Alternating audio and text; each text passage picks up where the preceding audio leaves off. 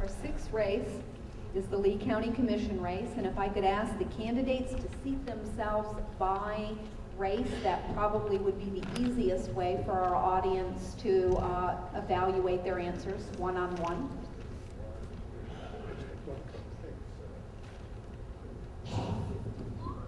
Saved us pretty good seats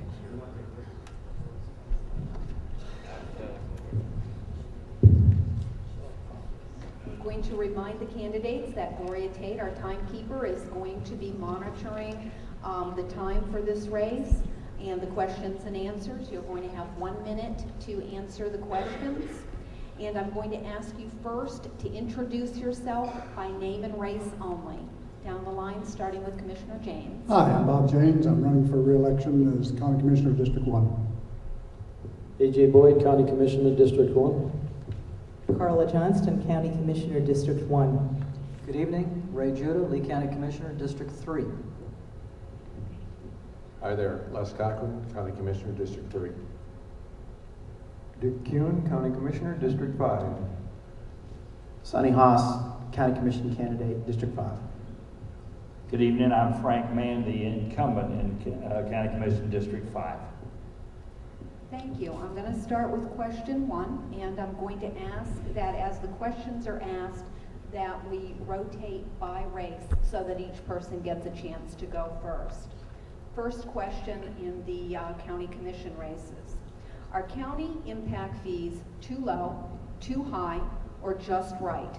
Please explain your answer and how you will address the county's fee structure, starting with Commissioner James. Thank you. The impact fees are neither too high, too low, or just right. The fact of the matter is we have them, and the question is whether or not we want to eliminate them. And do we want to eliminate them in a temporary manner that will help generate a spurt in the economy? And that's the issue that we are looking at and beginning to evaluate. The thought is that we ought to grant a temporary relief for the impact fees to get construction going. But anything permanent, absolutely not. And that's the way I am. I tend to favor impact fees, although I do not like them. We don't have an alternative that's available to us. Impact fees, I'm pretty sure, started many years ago in California during their original boom in real estate, and the local governments tried to figure out a way of generating more funds and without calling it a tax to the public. So in my opinion, impact fees are a tax. So to answer the question, should they higher or lower, if I said higher to impact fees, I would agree and higher to taxes. So absolutely, I think impact fees should be lower. I also believe, and I've been saying this all along, that we should be using them as a tool to entice businesses to move here. Thanks. Impact fees should go up during good economic times, and they should be frozen or in some way reduced during difficult times. The problem is that you can't expect the taxpayer who's been here for a long time, who's not part of new development, to have to pick up in ad valorem taxes what might have been picked up by charges for an impact fee for new development. The issue needs to be looked at and reviewed very carefully, but I think that the decision to increase impact fees is absolutely wrong, and I'm inclined to think that they should be lowered, but very carefully. Impact fees are absolutely critical to pay for infrastructure that is needed in a growing community like this county, whether it be schools, roads, or parks. In fact, if we did not have impact fees, that burden would be solely shifted onto the backs of the property taxpayers, and that is not fair. However, with regards to impact fees, the Lee County Board of Commissioners has a very stringent test. We always update the formula every 3 years. Just recently, the school impact fees were reduced by 4.5%. The road impact fees actually were proposed to be increased. The Board of County Commissioners felt no, not in these economic times. We kept it flat, except for 2 categories where we actually reduced it by over 20% for shopping centers and hotel motels. But it's an important revenue source, but has to be balanced to make sure that the burden is not shifted on the residential property taxpayers and is done according to the rational nexus with the formula that's updated every 3 years. Impact fees are used in high growth areas, California, Arizona, and Florida. We're no longer a high growth area at this point in time. The continuation of impact fees at the current level are actually an impediment to growth. We need to cut the impact fees or set them aside, at least half at this point in time. I agree they are a form of double taxation. and that is a concern that I have, but we need to move them in a way in which we adjust impact fees. For example, infill projects where the roads are already in, the infrastructure is already done. We don't need an impact fee when you're doing those kinds of projects. We need to look at also the way in which they're charged for buildings, doctor's offices, and clinics. A doctor's office is charged significantly higher than a clinic. I don't understand that, other than people must think doctors are getting a lot more pay. Thank you. I feel that unfortunately impact fees have become part of our tax base, which I'm not sure is good or bad at this point. I would like to really take a good close look at this with an eye toward eliminating them if at all possible. At this time, however, we do have to continue them to some extent to fund our budget and the needs of the schools and roads and so on. In the future, I would like to see that decreased, if not eliminated. Impact fees are a necessary evil. However, we have to implement a wants versus needs philosophy. If an area needs new schools, needs new roads, needs new emergency services, you adjust the fee accordingly. If it doesn't, you adjust the fee accordingly. It's pretty simple. It's common sense. We can't run budgets on impact fees. There can only be a one-time use for essential services or equipment or pieces of infrastructure according to growth. But they do need to be lowered, and they do need to be looked at for a wants versus need philosophy. The direct answer to your question is that I think our impact fees in Lee County are about right. Compared to Collier County, which is much higher, and Charlotte, which is much lower, the fact is there's no construction and no new permits being pulled right now in any of the three counties because of the disastrous economic situation we find ourselves in and the terrible overbuilt number of single-family residences we have around here now. So until that inventory is eaten up, you're just not going to be receiving much of the way of impact fees. If we don't have impact fees, those new schools and new jails and new parks and new libraries that are needed and the demand created by the people moving in here, if the impact fee doesn't pay for them, you and I pay for them. So I support the impact fees, and I think our fee structure is about right. Thank you. Our second question, again, you have 1 minute to answer. We're going to shift the first response down one person in each race, but if we could complete each race before moving down to the next one, I think that would be the most understandable. Second question is, should the county be involved in decisions related to the Zemel annexation? Why or why not? Starting with Mr. Boyd in District 1. That's a good question. I'd like to see the county involved, obviously, in any kind of issues that are entailed inside the county. But also, I believe in home rule. I was a council member for 9 years and actually had to deal with the Zimmel property and know very much how the city government in Cape Coral currently feels about that. I wish it hadn't gone to a lawsuit, and I wish it hadn't propelled to the part where it got to where the county and the city started butting heads. But I think this is something that home rule should play a little more of a part, where you have to trust your intergovernments amongst your county government and be able to work hand in hand and sit down with them and say, what are we going to need to do to get this done, and how can we help at a county level? But as far as helping goes, I think that's where it should have ended. I think the city of Cape Coral did some remarkable work as far as putting that whole Zemel annexation together. And let's face it, that wasn't something that happened overnight at all. Thank you. I think these are always extremely difficult issues, but I do think that the county and the municipalities need to work together on these projects, simply because there are jurisdictional issues that relate partly to county matters and partly to municipal matters, and that it's important to work together. I think that the efforts afoot in the larger matter at the moment of having the counties and the county and the cities work together and find a way to solve the annexation problem is the way to go, because you need to protect all of the partners, all of the people, all the stakeholders on making the decisions. Thank you. Commissioner James? Thank you. Let me try to answer it this way, and that is that the city of Cape Coral has the right to determine the zoning for its property that it owns. The Zemmel property was owned by Lee, was in unincorporated Lee County.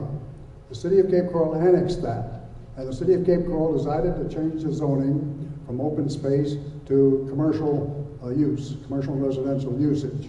They have the right to do that. But we also have the right to indicate to the city of Cape Coral that the land was originally zoned for open space, which is what Lee County wanted it, and Lee County, the annexation laws favor the city. The city took it over and within their rights could indicate that they preferred to have it zoned commercial and residential. And we felt that our interest should be notified. The case was really designed as a friendly suit in order to call attention to the fact that we thought our opinion was important enough requiring open space, because that's what we like to preserve in Lee County is open space, that we ought to try to do that. And we eventually withdrew the case. The city of Cape Coral rezoned it the way they wanted to do it, and I guess they're moving forward. Thank you. District 3, If I may, thank you. I believe. I'm sorry. One down, Mr. Cochran. Are you first this time, or am I confused? That's all right, I'll do this one. Thank you very much. It's a very simple question. One of the problems that we have is that the commissioners do not run the cities. They still are trying to run the cities. The question is, like federal government, we have a federal government, just like we have a perception of a federal system here. It's like when your kids grow up, the cities are now teenagers. They're in charge. They may make a mistake, but the county does not run Cape Coral. The problem is we have horrendous problems in relationships with all of the cities, not just Cape Coral. You can go to Bonita Springs, it's the same issue.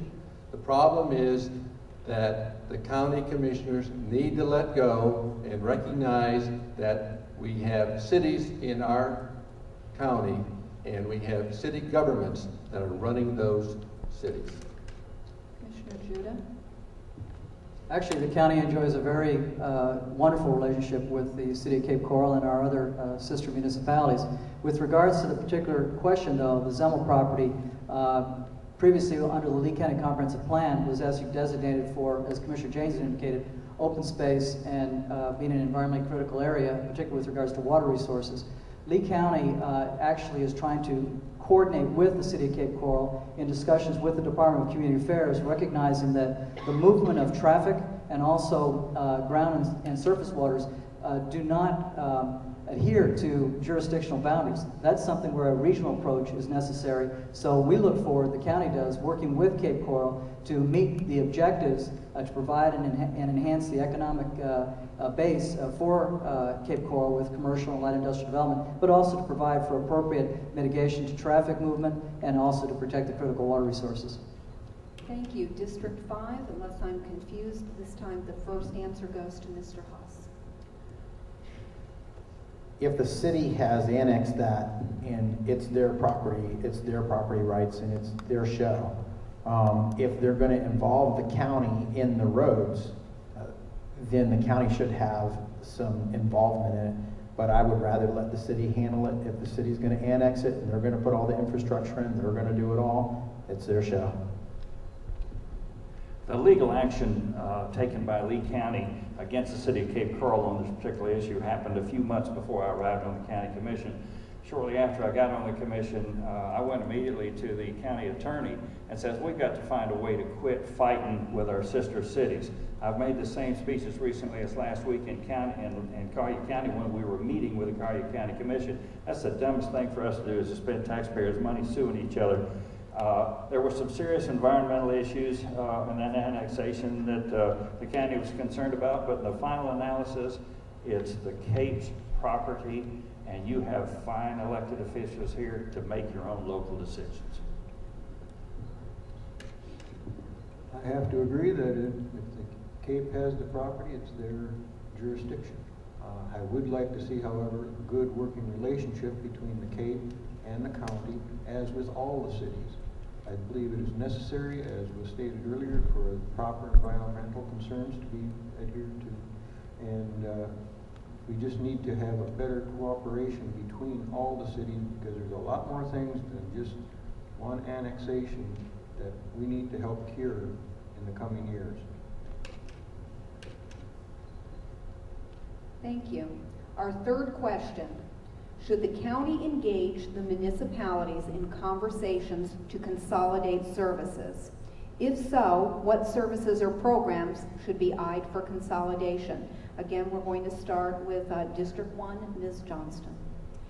At this point, I don't think the county should engage with the municipalities in terms of consolidating services, because I think that solving a problem by reorganizing it can manage to waste a huge amount of time. I do think, however, that two things should happen. I think, first of all, the county should engage with itself about consolidating services. We have totally too much duplication, which is wasteful to the taxpayer, and there have been numerous illustrations of that before, and I think that's a critical thing that should happen. The second thing is that I think, as a former mayor of the city of Sanibel, when I met with the other mayors, including the mayor of Cape Coral, the cities always have felt second class in relation to the county, and there are many ways in which we could work together that would save money, and the county could provide technical assistance to the cities and other ways of helping them so that the cities did not have to have redundant services. But I wouldn't favor combining corporate entities. Thank you. My feeling is that in terms of cooperation between the cities and the counties, that the county actually does contribute and cooperate with the city on a number of things. For example, street maintenance. We maintain the roads on Councilman Johnson's thing. We maintain the roads. The perimeter of the county roads. We contract, I'm sorry, when I say that, I don't mean we run it, what I mean we contract with you to do that. The city maintains them, but we pay for that. And we do that with a lot of services. We have paid for a long time. Our county library system assisted the city of Sanibel and the library. So we work with the cities and the local governmental units all the time. And to say that we don't, I think it kind of misses the point. I do. I will point out one department that I favor merging together on the county and city level, and that would be the Economic Development Department. Recently, the Economic Development Department received $25 million from the Horizon Council at the Lee County level, but too often, and I've worked very close with the economic developer in Cape Coral, too often we have a project that comes into Cape Coral and we may not be able to accommodate them, but we don't have the capabilities, or often that project out to Lehigh or another city. Whereas if I was sitting on a county level and I merged these departments together, I could say, okay, this isn't going to work in Alva, creating a factory with 1,500 jobs, but isn't Cape Coral ringing our phone off the hook for jobs? So that would be an excellent department to consider merging. Thank you. There's already a tremendous amount of cooperation with Cape Coral and the county. You look at the solid waste program, the mutual aid agreement between Lee County Sheriff and the Cape Coral's Police Department, Animal Services under contract with the county, the library system being in the entire Lee County library system affords tremendous cost efficiencies for Cape Coral. But I would agree with what Councilman A.J. Boyd had just indicated. We have a very wonderful and unique opportunity to actually help consolidate the economic development effort with regards to the funding and resources the county has available and the opportunity to increase and diversify the economic base in Cape Coral and consolidate that effort. Clearly, no one is in favor of undue duplication, but consolidation is a different term. Consolidation needs to happen in county government. For example, we have 7 computer systems, 7 personnel systems, 7 application forms. So there's lots of examples where county government has to consolidate. The word between the county and the cities is collaboration. For example, Sheriff Scott has indicated to me, yes, they work together, but they don't have the same communication systems. Well, that's something that we all need to work out, because our safety is involved in that, and so safety dominates the particular goals of any one entity. But for the most part, the power of 2 is gained out of a partnership. You bring 2 entities together, you have twice the capability. So I support wholeheartedly collaboration between the county and the cities, and that's it. Thank you. I'll give you a specific example where partnering with a city and a county is a good thing. Just barely 4 or 5 miles right up the river here, we have a sewer plant that the county runs at Waterway Estates. They treat the water and then they have been releasing it oftentimes right into the Clusatchie River. Cape Coral needs wastewater treated to go in your gray water system, and you're short on it. You need that. I got Terry Stewart, your city manager, in a room. I said, Terry, you've got to talk to our utility people. This is 1.5 years ago when we were about to spend $25–30 million to build a whole new plant. I said, why are we doing that when we could be with just a short pipeline tied to the Cape Coral system? They get the water they need, and we get to save $25 million.